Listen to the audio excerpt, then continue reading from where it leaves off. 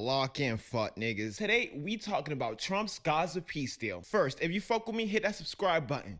Let's get it. Now, if you came from my TikTok or YouTube videos, this is going to be extremely different because I am going to put my opinion in a lot of these. And first thing I'm going to say is that Donald Trump's Gaza peace deal fucking sucks. First, when we actually analyze Donald Trump's peace deal with Gaza, we can see is that it more focuses on Israel than Palestine. In fact, you haven't seen Donald Trump says Palestine not one time since he became president. And I took over this horrible war that's been raging, and I thought it would be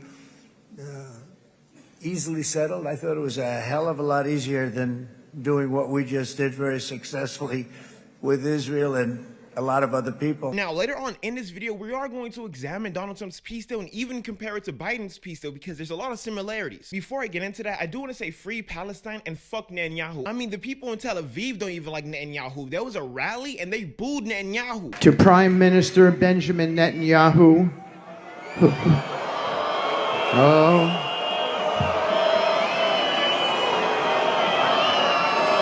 Video, I did mention that there was a lot of similarities between Biden's ceasefire deal and Donald Trump's peace deal. One of the first similarities is that both of them had 3 phases. The biggest difference between Donald Trump's ceasefire plan and Biden's ceasefire plan is that Donald Trump actually has a better relationship with Netanyahu than Biden does, which is why we see the ceasefire actually doing better than it did before when Biden was president. And there's some credit to Donald Trump for having the ceasefire because he is the reason why the ceasefire is happening. But I do want to stress that this ceasefire kind of sucks. This is similar to Joe Biden's ceasefire plan in his first phase. Now, in Donald Trump's ceasefire plan, there is a ceasefire in the first phase. While Hamas releases 20 hostages, Israel has to release over 1,000 prisoners. This is similar to Joe Biden's ceasefire plan in his first phase. But the biggest difference between Donald Trump's ceasefire and Biden's ceasefire is that Biden called for all Israel forces to be removed from Gaza, while Donald Trump says that Israel only gets 50% of Gaza, meaning that Gaza will still be occupied by Israel. Now, I do want to highlight that Israel did break the ceasefire because they wanted all the hostages at once, but in Donald Trump's ceasefire plan, they don't get all the hostages at once. Biden's phase 2 plan, there was going to be negotiations between Israel and Palestine, while Donald Trump's phase 2 plan is that there's going to be a peace committee and Donald Trump is going to be the chair of that peace committee, which you already know how I feel about that. You can't have someone who already sides with Israel in Palestine's peace committee.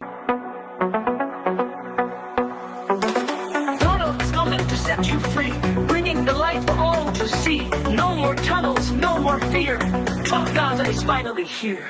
Trump Gaza shining bright, golden future, a brand new life. Feast and dance, the deal is done.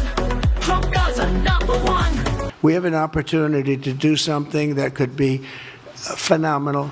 And I don't want to be cute, I don't want to be a wise guy, but the Riviera of the Middle East. I mean, this is the same man that basically says that Jerusalem is the capital of Israel. But it's Donald Trump's last phase that really got me fucked. Now, in phase 3 in Biden's plan, there's a major reconstruction for Gaza. But by the end of phase 2 of Donald Trump's plan, the IDF comes from 40% of occupying Gaza to 15% of occupying Gaza. Meaning, by the end of this peace deal, Palestine is still going to be occupied by Israel. And for those who didn't know, the Gaza Strip is already a small piece of land about 25 miles long, and if 15% of that is being occupied by Israel, that means Israel kind of owns that part of the land, which technically means that the Gaza Strip is less than 25 miles long with over 2 million people living there, meaning that the Gaza Strip is never going to be as great as it can be. Not to mention that Gaza's peace deal requires Gaza not to have an army. In fact, I believe that the Gaza Strip is going to be acting as a territory to Israel more than a sovereign nation. America gave over $21 billion to destroy the Gaza Strip. Donald Trump gave $3 billion. We've seen the United States bomb Iran because Israel felt scared. And when Israel bombed Qatar, Donald Trump said, did they do that? What the fuck is that? So yes, I am happy that the people in Gaza is gonna have some peace. But what I'm worried about is how long will this peace happen and will Israel back the fuck off? Hey, if you made it this far, thank you so much for watching. Make sure you hit that subscribe button.